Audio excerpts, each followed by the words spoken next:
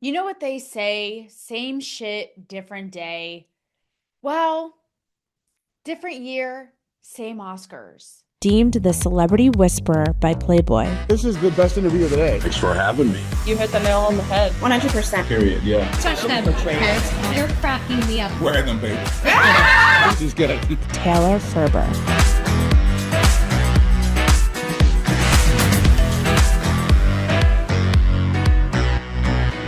These people, if they were not to be preachy and political for all of 5 seconds, they would actually embody Alphaba the Witch and die and pass away and turn into dust and immediately just be set ablaze. Like they cannot help themselves. Okay. That was my big takeaway from this night on this little hot tickety take. But guys, here's my thing is, are we in our day-to-day lives that much better? No, I know I'm about to blow your minds and this mic simultaneously. Like, talk about imploding at the same time. I'm gonna shoot 2 back-to-back hot takes today instead of 1 episode, and I am just having a day. Like, you know, when you're having a day where it's just like people aren't calling you back, people are on their bullshit, you're trying to get shit done. So yeah, I'm gonna try. Like, I don't know who and how I was let out of the house today. Like, I should not be able to be out and about in society. So all that to say, I'm on one today, and may the odds be ever in your favor. Like, they were not for the Reagan movie, and I'll tell you why. Okay, but oddly enough, I didn't think that this would be. But actually, my favorite moments were from Zoe Saldana. And because she won for what's that movie? Amelia Perez, which, by the way, I skimmed, half buzzed on an airplane that, thank God, like I'm counting my lucky stars, did not also just implode because it felt like it that day, right?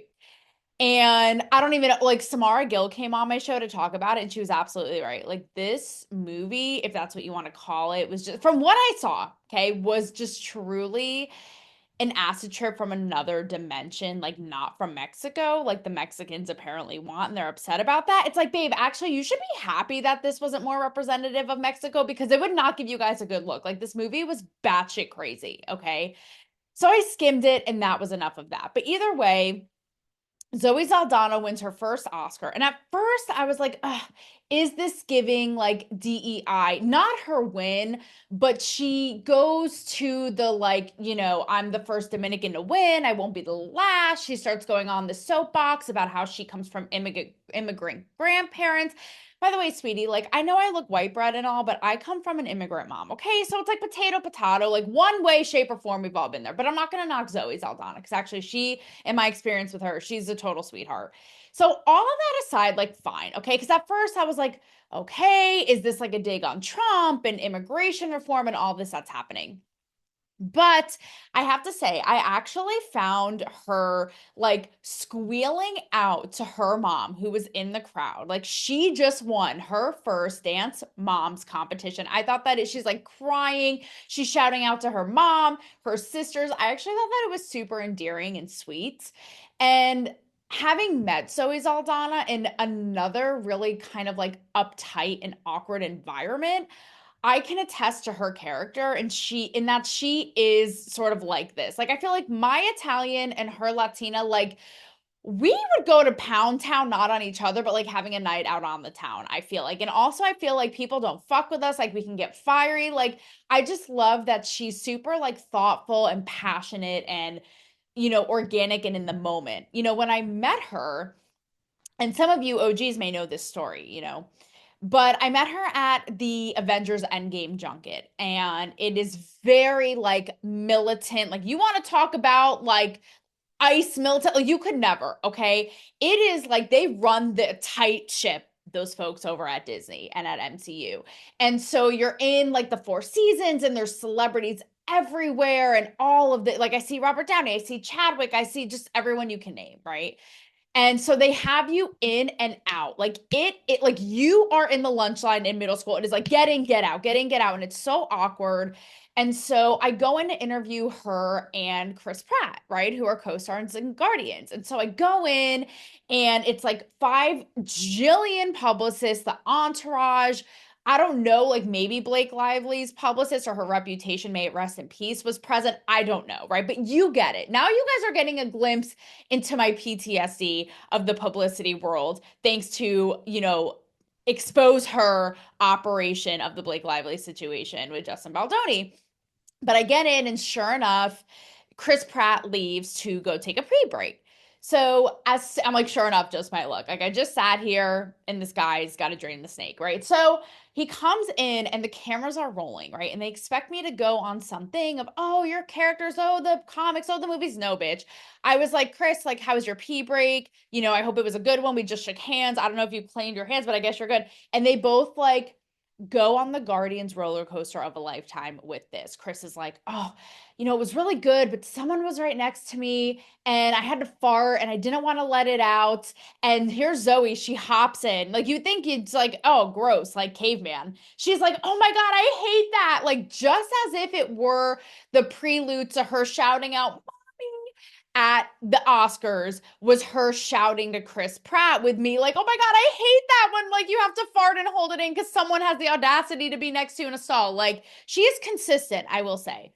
But it was really fun even to talk to them because I was there for Bustle on assignment and they had me play this fun like trivia game, hokey thing, whatever. And it was before their like love. So I think the sexual tension with their characters was just on the rise and nothing had really transpired yet. So I asked them, like, when do you guys finally kiss? And she gets all excited on the edge of her seat. She's like, I want to. And Chris is like, oh, don't do it. Like it was like literally these two were in 7 minutes of heaven. They come out of the closet and we're trying to get the tea. Like we have braces, we have acne, we have cheese puffs, the whole thing. And like, we are transported back to that time and we're like, what happened? And they're like, should we? No, I don't know. No, you, no, you. It was very sweet, right? And then when I got up to leave, they were both so bummed. Like they were like, oh no, we want more. So all that to say, in a junket type, really stiff, unoriginal setting, it was great to have. I mean, obviously they have a great chemistry, but even to see her, look, I interviewed so many of these people, like one after the next. And you can tell, when they are actually present with you and in the moment and sincere and like here for the cause and engaging in dynamic, right? And that was always Aldana. And I always loved her for that. That's why I said, I'm like, I know I joke about us like painting the town red, but I was like, this is somebody who I could like just has a good energy, who I could hang out with. So I didn't mind the Zoe Saldana antics last night at the Oscars. Like, again, very true to her. I know firsthand.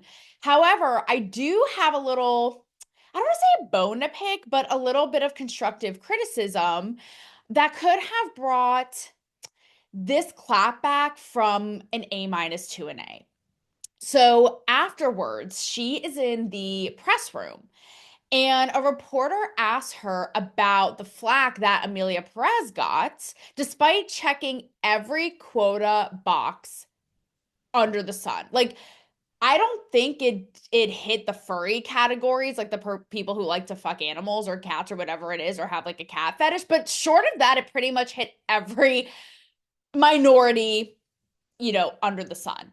And so they ask her about how Mexicans were upset with how this movie kind of glamorized drug lords and didn't do any right by Mexico and all this. And she basically eloquently says, like, okay, like, I'm sorry you were offended, but like, fuck off, basically. And I would have liked a little bit more of a higher dose of fuck off. I'm not going to lie. She basically says, like, look, I'm sorry to any Mexicans who we offended, but this actually wasn't a story about Mexico. This is a story about women in different walks of life who, as she says, are overcoming, systemic oppression in their real lives and their resilience. And because, it stars Carla Sofia Gascon, who had the whole trans controversy I talked about her with Samara Gill on the show. You can go back and revisit that. Selena Gomez plays the trans woman in real life and character's wife. So it's all these women in their story. So basically, Zoe says, like, that's what the movie was about. Sorry if you were offended, but really it's about like women. And sure, you know, she had to throw in the like systemic oppression buzzwords, all this, but I wish it was a little bit more savage. Like, I kind of wish she didn't,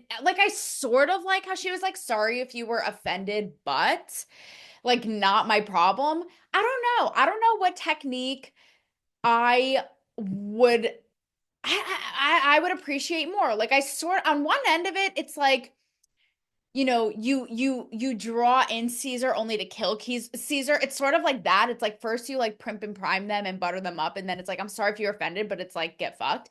I do like that approach. And I didn't, you know, now in real time I'm thinking like, would it have been more effective is what I originally thought coming in here if she just straight up was like, you know, not our problem. Here's what we did. We're proud of it. And if you miss that, like, too bad. I'm really proud of what we did. Like, without having the caveat of apologizing first. Like, I don't know. My instinct is still sort of the latter because, as I said in my episode this past Friday, it's like we are in an era of like, hear me loud and proud and kick rocks otherwise, basically. Like, I'm gonna stay true to who I am. I'm not gonna give a fuck. And if you don't like it, too bad, move along. Like, get on with your day and my day. Thanks very much.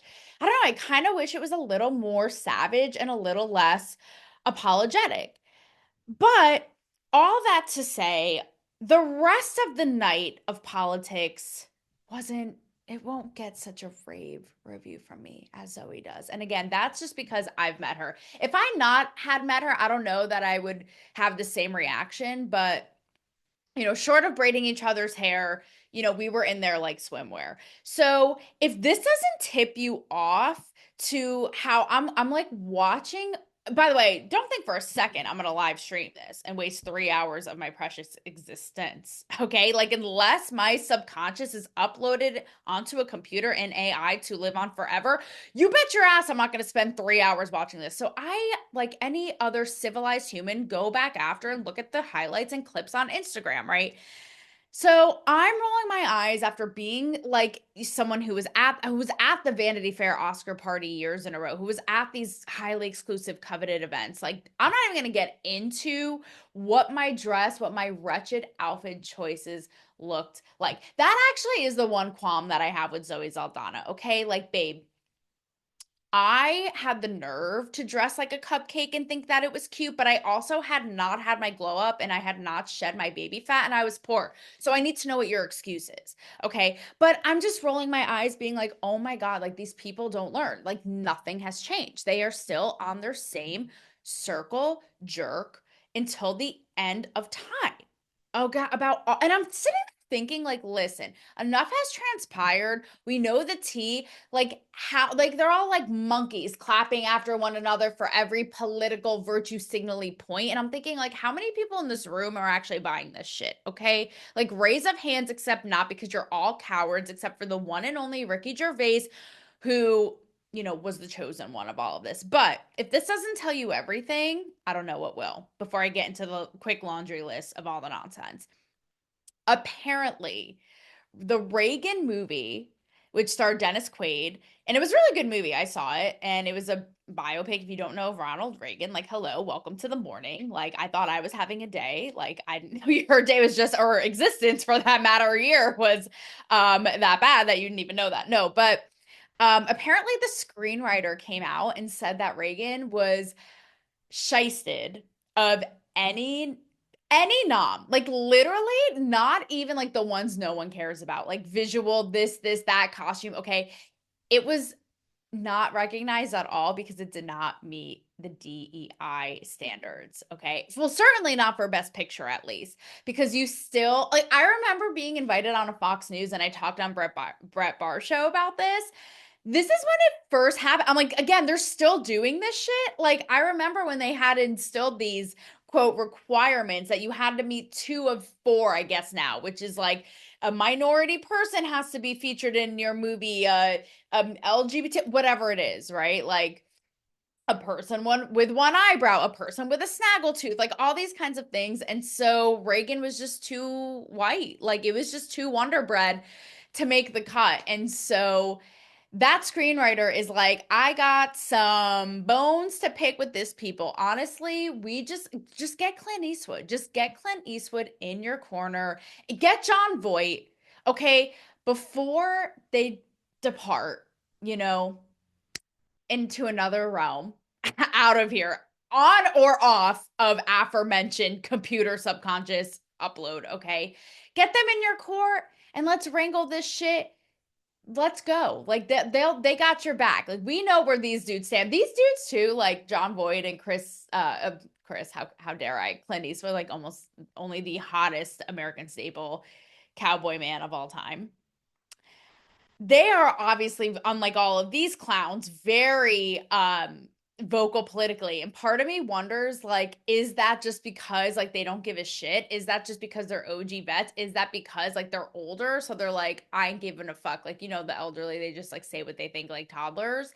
And so I don't know, but either way, this Reagan screenwriter is like, you're on notice. You got a hall pass this time, but you're going to be hearing from me. But in all seriousness, like, can you imagine the absurdity? Can you truly imagine the absurdity that you make such a great movie and you bring it to life and, you know, honoring American history nonetheless, and it just gets shit on by some like PowerPoint mushroom trip hallucination of some of these other films, you know, because they had a person, you know, with an eye patch in it that day. I mean, it's truly ludicrous, right? But again, like, why do we care what these people think anyway of this academy, whatever it is? Like, I've explored this so many times on the show, but that's for another day. So that just sets the table of, you know, some of the expected political jabs that we saw all of these people masturbate to in real time to each other in real time last night, right? So you had Conan make a jab at Trump and essentially calling him a Putin puppet because he was talking about Honora, which swept, by the way, which I was gonna try to watch Honora to do a whole like breakdown of it since it's completely like dominated, but that'll be for another time. Like I have other things to do, like road rage all of Nashville. You know what I mean? But he did say, like, oh, wow, how refreshing. Like, turns out we do want to see someone standing up to a Russian. It's like, okay, guy. By the way, I'm doing a whole other separate hot take on a little bit more of a dive into the Zelensky Vance Trump showdown of our time, which was iconic, which like should be brought to the big screen and played on repeat, no notes, right? Like, say less. You had Daryl Hannah, whoever that is. I think she was a big actress or something. Give a shout out to like "Long live Ukraine, strong Ukraine are badasses," something Ukraine, and of course, it was drowned out by like, you know, all of the monkeys ad nauseum, just like immediately standing up and clapping and doing back handsprings. You had the filmmakers of No Other Land, which was a documentary. Some argue I haven't seen it, so I can't speak to it, but it was basically a propaganda piece about Palestine and Gaza. And in the speech, one of the filmmakers talks about putting an end to like the quote ethnic cleansing and ethnic supremacy, you know, taken on by Israel, which is almost like comical if it wasn't so sad that this is like literally the manifesto of Hamas and radical Islamists is to wipe out all the Jews from existence, as Jews in Israel have been antagonized like from the beginning of time. But you know who's counting. So there's that. Of course, they get a roaring applause. With that, I thought this was kind of interesting too. You had Adrian Brody and Kieran Culkin win Oscars for The Brutalist, which is about a Holocaust survivor who finds refuge in the States and goes on to be successful. And what's interesting is like Adrian Brody is who has Jewish parents, but he's said in the past like he's never really strongly identified with, you know, Catholicism. His mom, I guess, is you know, Catholicism or Judaism, which is fine. But he also won for The Pianist, and in that it's also, you know, World War II movie. So it's interesting, you know, this is where it's like, do you separate the art from the artist, right? Because you have a lot of Israeli advocates who are saying like these people essentially are grifting on and winning awards on pieces depicting the Holocaust and World War II and like have nothing to say about this issue. So I guess both of these guys in their speeches, Kieran's getting a lot of praise from conservatives because he kept it like wholesome and about the family. But and I guess Adrian Brody made this blanket statement of like all hate is bad. So, it's like the golden it's like may as well be the golden rule. Don't do to others as so people just found it watered down and lame. And again, it's just you see it all right here. You see the free Palestine, I saw what's his name? There was a big actor with the pin. You see the filmmakers of this movie with Palestinian like loud and proud from the rooftops, but God forbid if you stand up for like a Jew, like for fighting for the right to exist. I don't know. Like you just see it right there. But then on the other end of it, it's like we also rag on these people for not caring what they think politically. It's like just bring cinematic magic and art to our lives and like work on your craft and like play the game, so to speak. So, I don't know how I feel about that other than we see the hyper difference in displays and of one being quiet and one being loud and proud, everyone getting applause. And sweetie, that says everything that you need to know. I thought these are two last kind of caps that were sort of interesting before we end this and put ourselves out of this misery. Is I saw a clip of KJ Smith, who's a Black actress. I don't know if this was at the Oscars or an adjacent red carpet. She essentially says that Black people in this country need to like get out in light of quote everything going on and like look at their options and that they'd be received better elsewhere and all this stuff. And it's just being completely mocked and laughed at, namely by conservatives. But it is sort of true. It's like, sweetheart, okay, good luck with that and send me a postcard and let me know how this goes. Like, it just reminds me of like women who are like, I'm going to go to Iran and Afghanistan again. Same thing. It's like, cool. Finger gunning it to you. Like, let me know how that pans out. Like, again, send me a postcard or don't. But it's just, it's just silly and stupidity in my eyes. And lastly, stupid and silly and stupidity is Sebastian Stan's amazing. I didn't see this movie either, but I saw clips of it of his role in The Apprentice, which chronicles Donald Trump, obviously. And I saw clips, and I have to say, his manner, like this is method acting, okay? His mannerisms of Trump without being like cheesy or caricature, like the way he says things, his mouth, his hands move. I was like, whoa, like I was seriously blown away. I was like, that is acting and scene. And the fact that, like, have you heard anything about this movie? I haven't. Hello, there's no dial tone here. Like, there's not even anything. Like, no one's heard anything about this movie. And I can't help but think it's like they couldn't, like, yes, it was nominated, but there's been no talks of this movie. It's like if I hear the name Amelia Perez one more time, I'm literally gonna just like Delta upside down myself out of here, And I can't help but think it's because it's like, oh no, we can't give any sort of, even if it's like a movie depicting him, we can't give any sort of notoriety or attention to that, God forbid. And I even saw comments, and this gets me to my last point here, guys. I even saw comments about how, giving kudos to his acting, but saying like, wow, like this is the first time I wasn't totally like wanted to throw up at the sight or of Donald Trump or attracted to Donald Trump. And I saw some that were like, wow, the most like hated man and president in history. And, this guy actually like his acting is so good and makes me like want to watch him kind of thing, right?